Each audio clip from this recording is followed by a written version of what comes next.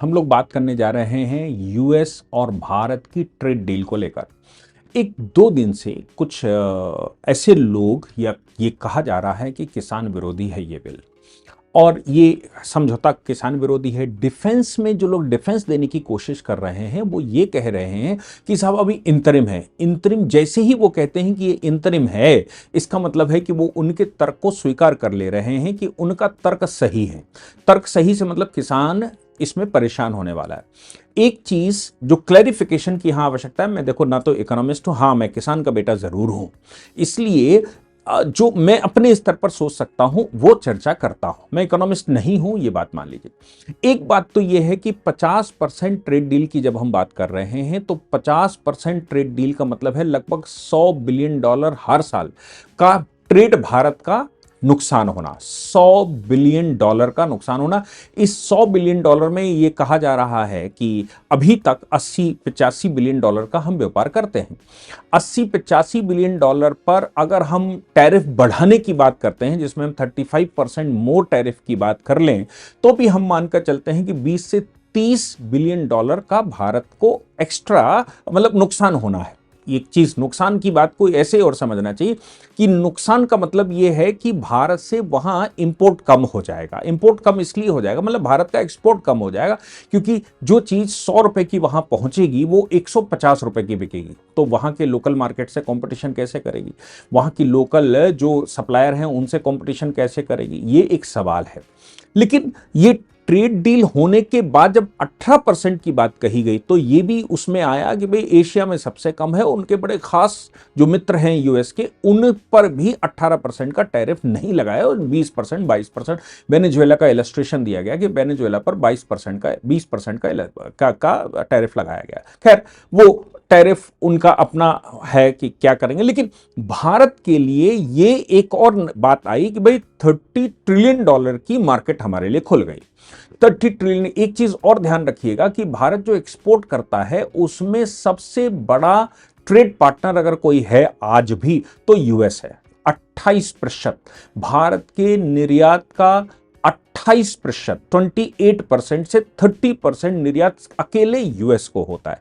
इसलिए 30% एक्सपोर्ट पर फर्क पड़ने वाला है, इसमें कोई शक नहीं है। अच्छा, एक चीज जो ध्यान देने वाली है, अपोजिशन इस डील के विषय में, अपोजिशन तो जो कहेगा वो कहेगा ही, उसका काम है। अपोजिशन ना कहे तो फिर वो अपोजिशन ही नहीं है। और अपोजिशन बाल में से खाल कैसे निकालेगा ये उसकी खूबसूरती होनी चाहिए, क्योंकि निंदक नीरे रागी आंगन कुटी छपाए, यानी कि निंदक इतने नजदीक होना चाहिए कि सरकार को या जो जिसका शुभ चिंतक है उसको लगातार पिंच करे। सरकार का सबसे बड़ा शुभ चिंतक अगर कोई होता है तो वो निंदक होता है, यानी कि अपोजिशन होता है, ऐसा मैं मानकर चलता हूं। तो यहां अपोजिशन जो सवाल उठाएगा और कहेगा एग्रीकल्चर डील में ये समस्या आएगी वो समस्या आएगी, उन छोटी छोटी माइन्यूट चीजों को भी वो बड़ा उजागर करेगा, जिससे प्रभाव थोड़ा कम पड़ने वाला, जैसे मैंने अभी बताया। लेकिन जब आप कि विश्व के दुश्मन आपको एनालाइज करना शुरू करते हैं, दुश्मन, कट्टर दुश्मन जो आपको देखना नहीं चाहते और जो अपने देश में अपनी फिजा को भी सही करना चाहते हैं, क्योंकि उनके देश में भी उनके लिए यह समस्या आ सकती है कि आखिर वो कैसे वहां सरवाइव करेंगे, अपने लोगों को कैसे सेटिस्फाई करेंगे। मैं बात कर रहा हूं पाकिस्तान की, मैं बात कर रहा हूं चीन की। चीन की मीडिया ने भारत और यूएस की डील को टॉप ऑफ द वर्ल्ड कहा है, और पाकिस्तानी मीडिया भी, और पाकिस्तान के जो बड़े शुभचिंतक हैं, जो वहां बड़े थिंक टैंक हैं, उन्होंने सबने कहा है कि अब भारत और यूएस के रिश्ते फिर से बहुत नॉर्मल हो गए हैं और बहुत अच्छे हो गए हैं। डोनाल्ड ट्रंप और नरेंद्र मोदी की जोड़ी आगे बढ़ सकती है। हालांकि उन्होंने साथ में कहा कि डोनाल्ड ट्रंप पर कभी भरोसा नहीं किया जा सकता। ये बात तो सही है कि कभी भरोसा नहीं किया जा सकता कि वो किस करवट कब बैठेंगे और अपने लाभ के लिए क्या करने लगेंगे। अमेरिका का स्वभाव भी ऐसा ही है कि उसको लाभ जहां देखता है वो वही करता है, और ऐसे कुछ क्लॉज भी डालकर रखता है, जब भी उसको लगेगा कि उसको नुकसान हो रहा है तभी वो कहेगा मैं वापस जाता हूं। क्योटो संधि आपको याद है, अर्थ समिति आपको, सब में वापस चला गया। लेकिन नजम सेठी ने जब ये बात कही, बहुत नजदीक माने जाते हैं डोनाल्ड ट्रंप के, नजम सेठी ने जब ये बात कही कि भारत की जो डील है वो भारत को अब विश्व में बड़ी तेजी से आगे बढ़ाने वाली है, अब भारत ग्लोबल प्लेयर था तो, लेकिन अब वो सुपर ग्लोबल प्लेयर हो सकता है भविष्य में। मैं समझता हूं ये स्टेटमेंट पाकिस्तान के एनालाइजर्स का या पाकिस्तान के थिंक टैंकों का, पाकिस्तान के सरकारों का ये बयान या उनके नजदीकी बयान और पाकिस्तान सरकार का चुप होना, पाकिस्तान सरकार का बिल्कुल ना बोलना, पाकिस्तान सरकार का ना अच्छा ना खराब करना। कहना तो उनको ये चाहिए था कि भाई भारत को डील देकर डोनाल्ड ट्रंप ने ये कर दिया, भारत ऐसे नुकसान में हो गया, मेरे प्रभाव की वजह से हो गया, असीम मुनीर वहां गए इसकी वजह से हो गया, असीम मुनीर डिनर करके आए इसलिए हो गया, और भारत ने पाकिस्तान ने अपनी सेनाएं गाजा में भेज दी और डोनाल्ड ट्रंप का साथ दे रहे हैं, और ये सब होना चाहिए था। लेकिन ऐसा कोई बयान नहीं आया पाकिस्तान सरकार की तरफ से। इसका मतलब बिल्कुल साफ है कि कुछ बड़ा है नहीं। ये हमारे यहां लोग क्रिटिसाइज कर रहे हैं, उनको करना भी चाहिए, वो अपना रोल प्ले कर रहे हैं, लेकिन भारत को समझना चाहिए कि भारत का $30 बिलियन साल का बचने वाला है। ये अपने आप में अद्वितीय है। अब यहां पर जो बात आ रही है किसानों को लेकर, उसको क्लैरिफाई करने की जरूरत है। एक चीज तो मान लीजिए कि भारत सरकार ने यह कहा कि जो हमारी ट्रेडिशनल फसलें हैं, ट्रेडिशनल फसलों पर जो हमारे यहां बिना जीएम की फसलें यहां पर होती हैं, उनका इंपोर्ट नहीं होगा। अमेरिका की खास बात यह है कि इन्होंने वो जीएम फसलें तैयार करके रखी हैं। चाइना के साथ भी हम इंपोर्ट इसलिए नहीं करते बहुत, क्योंकि वो भी जीएम फसलें करते हैं। भारत सरकार ने जीएम फसलों के लिए पहले तो अनुमति कुछ कुछ दी, लेकिन बाद में सारी विड्रॉ कर ली, क्योंकि जीएम फसलें अलग तरीके से हार्मोनिकल चेंजेस करके बनाई जाती हैं। अच्छी भी हो सकती हैं, खराब भी हो सकती हैं। कुछ जैसे चावल, गोल्डन राइस की बात कही जा रही है, तो गोल्डन राइस ये कहा जाता है कि उसमें विटामिन ए की मात्रा बॉडी में बढ़ जाती है, वो अलग तरीके से जेनेटिकली तैयार किया गया। तो जिनको जेनेटिकली बॉडी के लिए तैयार किया गया हो उनकी बात छोड़ दीजिए, लेकिन बाकी चीज़ों पर जो भी जीएम फसलें होती हैं वो नुकसान करती हैं, पर्यावरण को भी नुकसान करती हैं, सॉइल को भी नुकसान करती हैं और खाने वाले को भी नुकसान करते। इसलिए भारत सरकार ने उनकी और उनके यहां की खास बातें ये हैं कि वो जीएम फसलें बहुत ज्यादा तैयार करते हैं। जीएम फसल कहीं कहीं तो 3 गुना और 4 गुना प्रोडक्शन देती है, और जीएम फसलों के लिए वो वहां सब्सिडी भी देते हैं। अभी जीएम फसलें भारत सरकार ने बिल्कुल रोक कर रखी, उन पर कोई प्रभाव नहीं पड़े वाला। लेकिन एक चीज जो भारत में बड़ी महंगी हो रही थी वो था गाय का चारा या जानवरों का चारा। गाय जानवरों का चारा हमारे यहाँ जनरली तो हम खेत में ताजा चारा खिलाते हैं, लेकिन उसके ऊपर से जो चारा खिलाया जाता है, जो ये पैकेज्ड फूड आता है, पैकेज्ड फूड आप समझते हैं कि पशु आहार टाइप का पैकेज्ड फूड आता है, वो पैकेज्ड फूड पर यह समस्या अब आ सकती है। क्या है कि हमारे यहाँ मेज यानी कि मक्काई बहुत होती है, लेकिन मक्का के दाम पिछले 5 साल में जब से सरकार ने मक्का से कुछ और चीजें बनानी शुरू करी, एथेनॉल बनाना शुरू किया है, अप्रूवल दिया है, तो उसके दाम 2 गुने और 2.5 गुने बढ़ गए थे। सोयाबीन ऑयल के भी दाम हम सब देख रहे हैं, बढ़ रहे हैं। तो ऐसी परिस्थिति में डीडीजीएस, जो सवाल खड़ा किया जा रहा है वो ये खड़ा किया रहा है कि डीडीजीएस की अनुमति दे दी है। डीडीजीएस शॉर्ट में अगर देखेंगे, डिस्टिलरीज ड्राइड ग्रेन्स विथ सोलेबल्स, पशु चारे के लिए होता है।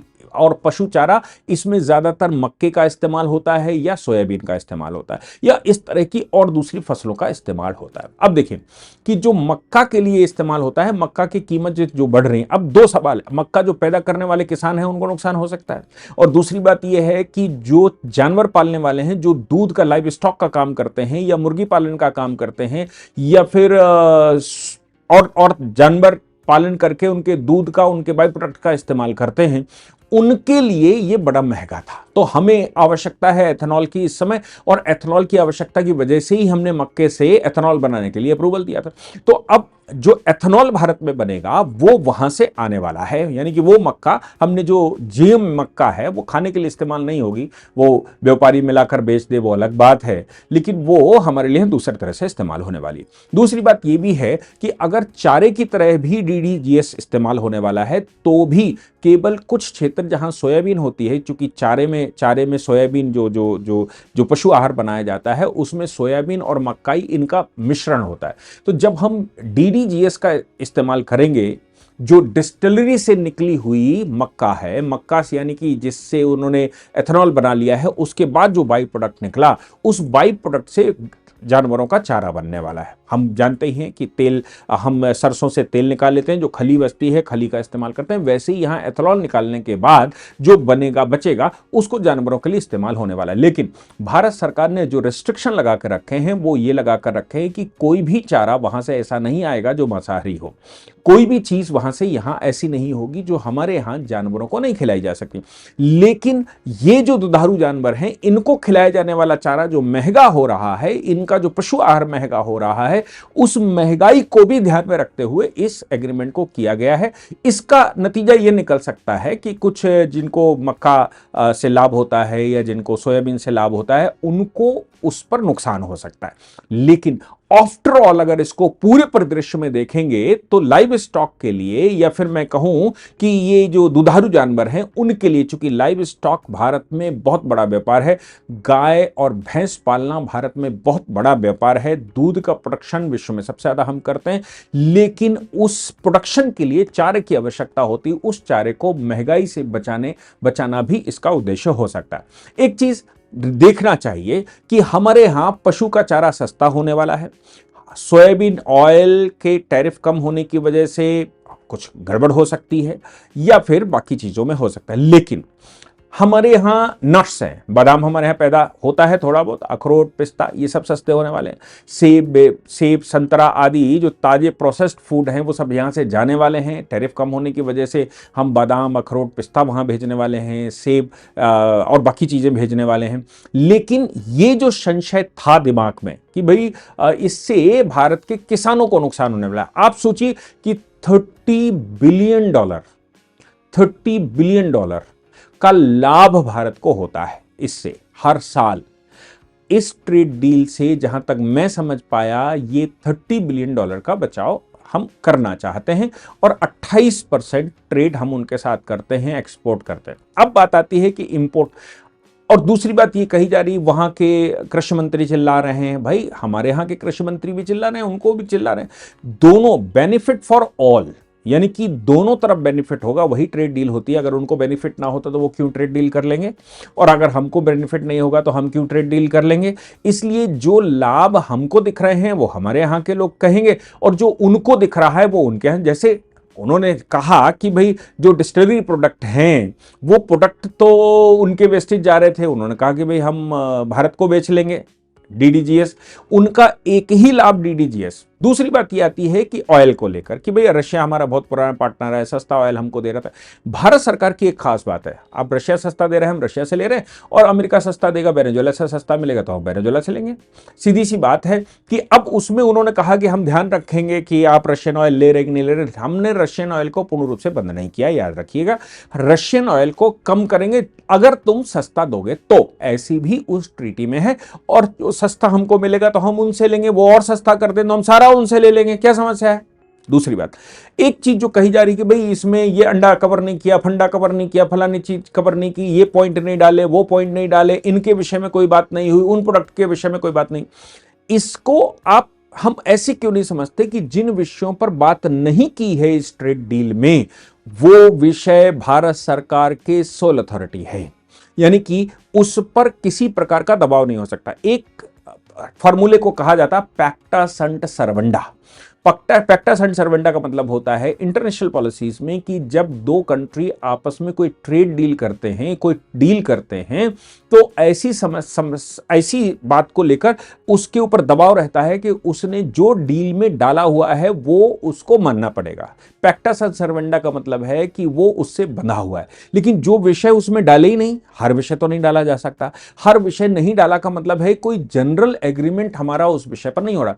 लेकिन यूएस में जो भी प्रोडक्ट जा रहे हैं उसमें जो रेसिप्रोकल टैरिफ है, रेसिप्रोकल टैरिफ का मतलब है जो हम उन पर लगाते हैं उसके एवज में जो टैरिफ है वो 18% उन्होंने कहा है। उसमें भी 50% चीजों पर टैरिफ है ही नहीं।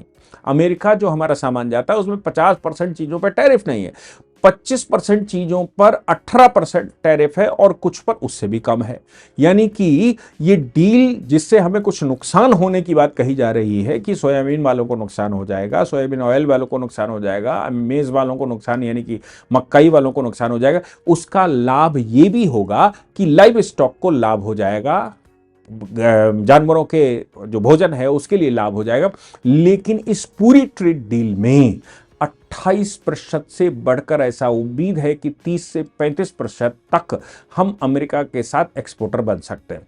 इस ट्रेड डील के बाद एक और नई संभावना है कि हम $100 बिलियन का मार्केट उनका क्रॉस कर सकते हैं। हाँ, यह जरूर है कि जितना हम उनको दे रहे हैं उसके एवज में हमको क्या मिलेगा, वो हमसे क्या एक्सपेक्ट कर रहे हैं।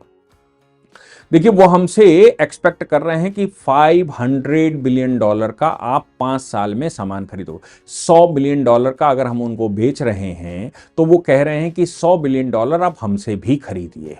अब उनसे क्या खरीदना है, हमें डिफेंस इक्विपमेंट की जरूरत पड़ती है, हम उनसे खरीदेंगे, हमें तेल की जरूरत पड़ती है, हम उनसे खरीदेंगे, जो उनके पास ये बाकी चीजें होती हैं हम उनसे खरीदेंगे, क्योंकि हम तो खरीदते ही हैं और हम अमेरिका से खरीदते ही थे, इसमें कोई नई बात तो नहीं है।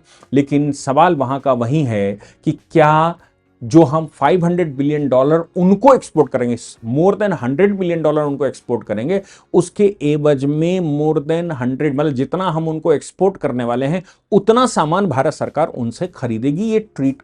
ये डील की खास बात है। तो फिर $500 बिलियन, मोर देन $100 बिलियन अगर हम उनको बेच रहे हैं और हम $100 बिलियन हर साल उनसे खरीद रहे हैं, वो भी डिफेंस इक्विपमेंट या जो चीज़ें हम बनाते नहीं हैं, मशीनरी जो हम बनाते नहीं हैं, ऐसी फार्मूले रिसर्च के पॉइंट जो हम बनाते नहीं, वो हमसे खरीदें। यानी कि आम आदमी को का प्रोडक्ट जो है वो एक्सपोर्ट होगा और हम उनसे हथियार उसके एवज में खरीदेंगे। तो आप समझ लीजिए, भारत का जो एंशिएंट कल्चर था, एंशिएंट कल्चर की खास बात ये थी कि जो हमारे एग्री प्रोडक्ट हुआ करते थे वो हमारे सरप्लस के बाद हम विदेशों में देते थे, उसके एवज में तो सोना खरीदते थे या हथियार खरीदते थे। मतलब वो सोना लिया करते थे या हथियार लिया करते थे। सोना लिया करते थे इसलिए सोने की चिड़िया कही गई। अभी हथियारों की और एनर्जी की जरूरत है, हम खरीदते ही हैं संसार में कहीं ना कहीं से, तो हम वो एनर्जी और सोना उनसे एनर्जी और बाकी प्रोडक्ट या डिफेंस इक्विपमेंट या डिफेंस की जो चीजें हम खरीद रहे हैं वो हम उनसे खरीदेंगे। लेकिन आम आदमी के लिए विन विन की सिचुएशन है, केवल 2 चीज़ों को लेकर कि सोयाबीन और मक्का भारत में सस्ती हो जाएगी, भले ही जो लाइव स्टॉक है उसके लिए भोजन सस्ता हो जाएगा, या हमारे किसान जो कि दूध पर निर्भर करते हैं, दूध का काम करते हैं, उनके लिए चारा सस्ता हो जाएगा। तो उनके लिए फाइनली नुकसान नहीं है। लेकिन पूरे भारत के लिए जो एक्सपोर्टर, जो फार्मास्यूटिकल का हब बन गया है, जो मशीनरी का हब बन गया है, जो टेक्नोलॉजी का हब बन गया, ये सारी चीजें हम उनको एक्सपोर्ट करने वाले हैं, जिसके एवज में मोर देन $100 बिलियन का हमको व्यापार होने वाला है। और उतना ही तो सीधी सी बात है कि भाई हमने रेसिप्रोकल टैरिफ उनके ऊपर लगाया है, उन्होंने भी रेसिप्रोकल टैरिफ हमारे ऊपर लगाया है। अगर वो कुछ उनको मिलेगा नहीं तो हमसे क्यों ट्रेड करेंगे, और हमको कुछ नहीं मिलेगा तो क्यों हम ट्रेड करेंगे। उनके पास टेक्नोलॉजी है, हम उनसे खरीदने की बात कर रहे हैं, उनके पास एनर्जी है, हम खरीदने की बात कर रहे हैं। वो प्रोडक्ट जो भारत प्रोडक्ट मैन्युफैक्चरिंग नहीं करता वो हम यहां खरीदेंगे, और जो हम मैन्युफैक्चरिंग करते हैं वो हम उनको खरीदेंगे। केवल ये 2-3 पॉइंट छोड़कर कि वो मक्का महंगी हो जाएगी या सस्ती हो जाएगी या फिर ऑयल सस्ता, सोयाबीन ऑयल सस्ता हो जाएगा, इसको लेकर हंगामा किया जा रहा है। जो मैं समझ पाया, ये डील बेस्ट डील दिखाई दे रही है मुझे। फिर भी कुछ नुकसान किसी को होगा तो नुकसान और फायदे तो थोड़े बहुत होने स्वाभाविक हैं। लेकिन भारत डाइवर्सिटी का देश है, केवल मक्का पर डिपेंड तो नहीं करता, केवल सोयाबीन पर डिपेंड तो नहीं करता। जो मक्का बो रहा है इसलिए बो रहा है कि उसको अच्छी फसल के पैसे मिल रहे हैं इसलिए बो रहा है, कुछ और बो सकता है। जो सोयाबीन बो रहा है जो उसको अच्छी फसल के पैसे मिल रहे हैं इसलिए। तो भारत तो डाइवर्सिटीफाइड भारत की इकोनॉमी है या भारत का एग्रीकल्चर प्रोडक्ट है। सस्ता बिकेगा तो हम सब जानते हैं कि भारत वाले क्या करने वाले हैं। इसलिए इसको लेकर जो हंगामा खड़ा किया जा रहा है वो मुझे नहीं लगता कि उसमें बहुत जान है भी। लेकिन भाई अपोजिशन है या फिर जो विरोध करने वाले हैं उनका तो काम ये है, वो ये करके रहेंगे। मैं समझता हूं कि मैं जो समझाना चाहता था वो समझा पा रहा हूं, भले ही मुझे उसकी नॉलेज बहुत ज़्यादा ना हो, लेकिन जो तुच्छ बुद्धि में मेरे आया वो मैंने आपको बताया। जय हिंद, जय भारत, वंदे।